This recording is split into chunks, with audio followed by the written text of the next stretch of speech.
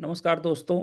अ, मैंने जैसा पहले बताया था फिलॉसफी मेड इजी नाम की सीरीज शुरू की है, जिसके अंतर्गत जो फिलॉसफी के जटिल विषय हैं उनको आसान ढंग से सिंपल भाषा में समझाने का एक प्रयास मैं कर रहा हूँ। ऐसे कुछ विषयों को जो मैंने सेलेक्ट किया है, उसमें आज का जो विषय है वो अत्यंत महत्वपूर्ण है। वो विषय बेसिकली मैं आपको बताऊं, फ्री विल के नाम से जाना जाता है। क्या हम अपने निर्णय या अपने फैसले जो लेते हैं, क्या हम उसके लिए वाकई स्वतंत्र हैं? Do we really make our own choices? इस कंसेप्ट को फ्री विल के नाम से भी जाना जाता है फिलॉसफी में, कि क्या हमारी जो विल है वो फ्री है, टोटली हमारे नियंत्रण में है या नहीं है। आ, इस विषय पर दुनिया के बड़े बड़े थिंकर्स ने आ, हजारों सालों से अलग अलग ढंग से विचार विमर्श किया है। तो हम एक निष्कर्ष पर पहुंचने के पहले जो ऐसे दार्शनिक हैं, उन उनके कुछ विचारों को पहले देखेंगे, उन्होंने क्या कहा है, और उसके बाद हम कोशिश करेंगे कि क्या निष्कर्ष क्या बनता है। जिन हम दार्शनिकों को आज या जिन हम विधाओं को आज एक उसका परीक्षण करेंगे, उसमें सबसे पहले गीता, भगवत गीता, जो हमारे लिए बहुत महत्वपूर्ण है। फिर ग्रीक स्टोइक्स के विचार जानेंगे। जीन पॉल सार्त्रे, एक जो अस्तित्ववाद के मॉडर्न फिलोसफर हुए हैं, उनकी बात करेंगे। स्पिनोजा, जो एक रेशनलिस्ट फिलोसफर हैं। इसी तरह से स्कोपेनहावर और कांट।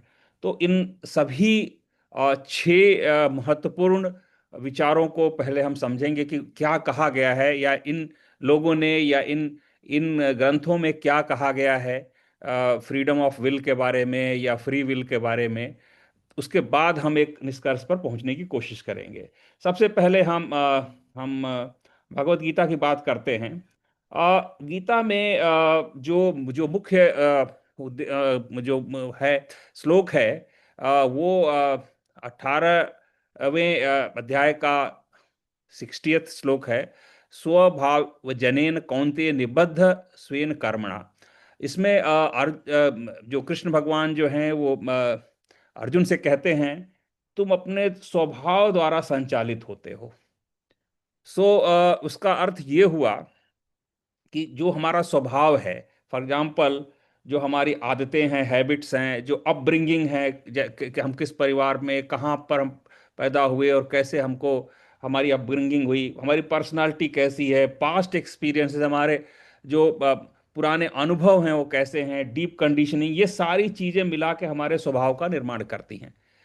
और वो हमारे जो चॉइसेस को, जो हमारे निर्णयों को काफ़ी हद तक प्रभावित करते हैं। तो गीता ने जो हमारी जो बात कही है कि आप चयन करते हैं, you choose but not fully, लेकिन पूरी तरह से नहीं।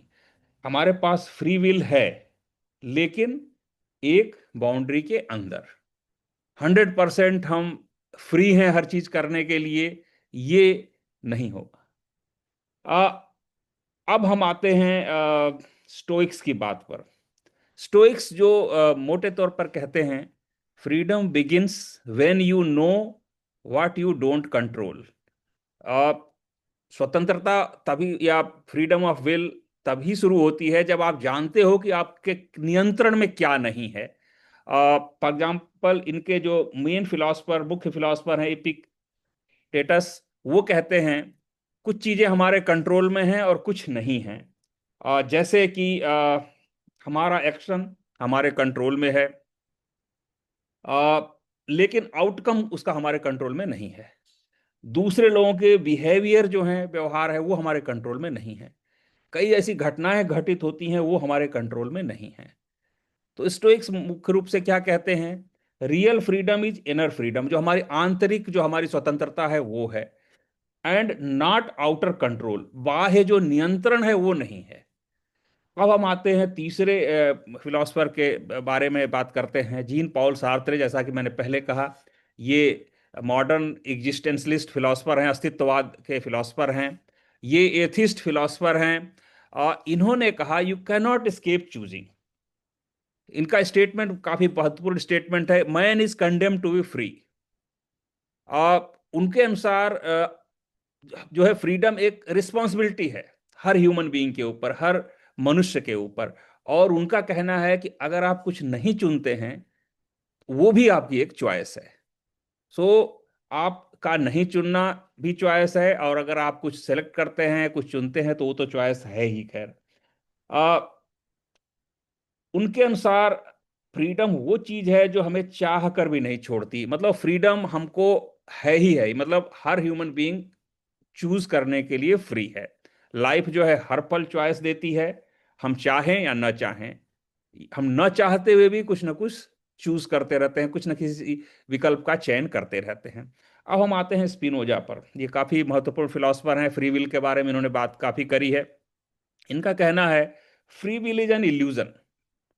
ये कहते हैं कि men think themselves free because they know their actions but are ignorant of the causes। हर आदमी अपने आप को फ्री समझता है, वो अपने जो जो एक्शन कर रहा है उसको तो जानता है, लेकिन जिस जो उसके कारण है उसको नहीं जानता है, इसलिए वो सोचता है कि वो फ्री है। हम एक्शन देखते हैं तो कंक्लूड कर लेते हैं कि मैंने चूज किया, पर एक्शन को प्रोड्यूस करने वाले कारण क्या हैं? अनेक हैं। जैसे कुछ उन्होंने उदाहरण दिए, इमोशंस हैं, बायोलॉजी है, हार्मोन्स हैं, हमारे जो पूर्व में जो हमको कोई ट्रॉमा अगर हुआ है वो है, सब कॉन्शियस पैटर्न्स हैं, हमारा एनवायरनमेंट, हमारे चारों तरफ जो वातावरण है वो है। ये सारी चीजें हमें ड्राइव कर रहे होते हैं, और हम सोचते हैं कि हम खुद हर चीज, हर निर्णय ले रहे हैं। तो स्पिनोजा का क्या कहना है? We are the rivers that think they choose their own direction but it is the gravity that moves them. कहने का मतलब ये हुआ कि हम यद्यपि सोचते हैं कि हम सारे निर्णय खुद ले रहे हैं, लेकिन ऐसा नहीं है। हमारे निर्णयों को नियंत्रित करने वाले अनेक कारक हैं जो हमारे कंट्रोल में नहीं रहते हैं, जो हमारे नियंत्रण में नहीं रहते हैं। अब आते हैं हम स्कोपेनहावर के बारे में। इनका कहना है you can do what you will but you can not will what you will. और ये काफी महत्वपूर्ण है। इनका कहना, अगर हम उसको संक्षेप में हम समझाएं, तो हम एक्शन तो चुन सकते हैं, लेकिन डिजायर किस चीज की पैदा हो ये हम नहीं चुनते। इनका जैसे उदाहरण के तौर पर, किसी को कोई खाना क्यों अच्छा लगता है, किसी को कोई कैरियर क्यों पसंद आता है, किसी को कोई इंसान क्यों पसंद आता है, उसकी तरफ क्यों आकर्षित होता है, ये सारी चीजें हमारे नियंत्रण में 100% नहीं रहती हैं। उनका कहना है desires choose us, we only act on them. ये स्कोपेनहावर का कहना है। अब हम आते हैं कांट के बारे में। इमैनुअल कांट बहुत ही महत्वपूर्ण दार्शनिक हैं आधुनिक समय के। इनका कहना है moral action is where true freedom lies. कि नैतिक जो हमारे एक्शन हैं वही हमको अ, असली स्वतंत्रता देते हैं। उनका कहना ये है कि हमारा नेचर जो है वो डिटर्मिनिस्टिक है, वो मतलब निश्चित है, लेकिन मोरालिटी जो है वो फ्री है। नैतिकता जो है फ्री है, उसको हम चुन सकते हैं, अच्छे काम हम चुन सकते हैं, अच्छे विचार हम चुन सकते हैं। उनका कहना है freedom is obedience to the moral law we give ourselves. स्वतंत्रता क्या है? वो जो नैतिक कानून है, नैतिक नियम है, उनका आचरण करना ही स्वतंत्रता है। यानी हम जब इम्पल्सेस, डिजायर, सर्कमस्टांसेस के दबाव में नहीं, बल्कि नैतिक सिद्धांतों के आधार पर एक्शन लेते हैं, तब हम सच में फ्री होते हैं। तो उनके अनुसार फ्रीडम जो है सेल्फ डिसिप्लिन फ्रीडम है, नैतिकता फ्रीडम है। तो अब इन सारे दार्शनिकों के हमने संक्षेप में विचार जाने, क्योंकि इस वीडियो में बहुत डिटेल में जाना संभव नहीं है। जिस किसी को बहुत डिटेल में अगर जानने की ज़रूरत है तो मेरे यूट्यूब चैनल पर जाके बाकी जो बहुत मैंने डिटेल में भी इस पर चर्चा करी है उसको देख सकते हैं। अब फाइनल जो इसका इंटीग्रेटेड जो एक विजन क्या है, ओवरसाइट क्या है, या इनसाइट क्या है, हम फ्री हैं कि नहीं? गीता क्या कहती है? हम फ्री हैं, लेकिन कंडीशन, मतलब एक लिमिटेड, हमारे हमारे जो स्वभाव है, हमारा जो कंडीशनिंग है उसके आधार पर है। स्टोइक्स भी वही कहते हैं, free within the mind, Sartre कहते हैं you can not escape freedom. Spinoza जो इसके टोटली अगेंस्ट हैं, freedom is an illusion. Schopenhauer कहते हैं desire is not free. Kant कहते हैं इथिकल फ्रीडम ही असली फ्रीडम है। अब इन सारे, अगर हम निचोड़ों को जोड़ दें या उसको एक संक्षेप में, उसको एक सिंथेसाइज करने की कोशिश करें, तो क्या इसका अर्थ निकलता है? हमारी चॉइसेस प्योर फ्री नहीं होती, लेकिन कंट्रोल्ड भी नहीं होती। तो न हम पूरी तरह से फ्री हैं, न हम पूरी तरह से कंट्रोल्ड हैं। We are free to the extent we understand our conditioning. हम जितना खुद को जानते हैं उतनी हमारी फ्रीडम बढ़ती जाती है, और शायद यही वास्तविकता है, सत्य है। सो पूरी तरह स्वतंत्र न होते हुए भी हम मीनिंगफुल चॉइसेस बनाने की कोशिश करते रहें।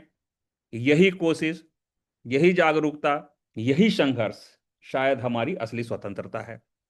आप आज के वीडियो में बस इतना ही। अगले विषय को लेकर मैं फिर आपके सामने आऊंगा। धन्यवाद मुझसे जुड़ने के लिए।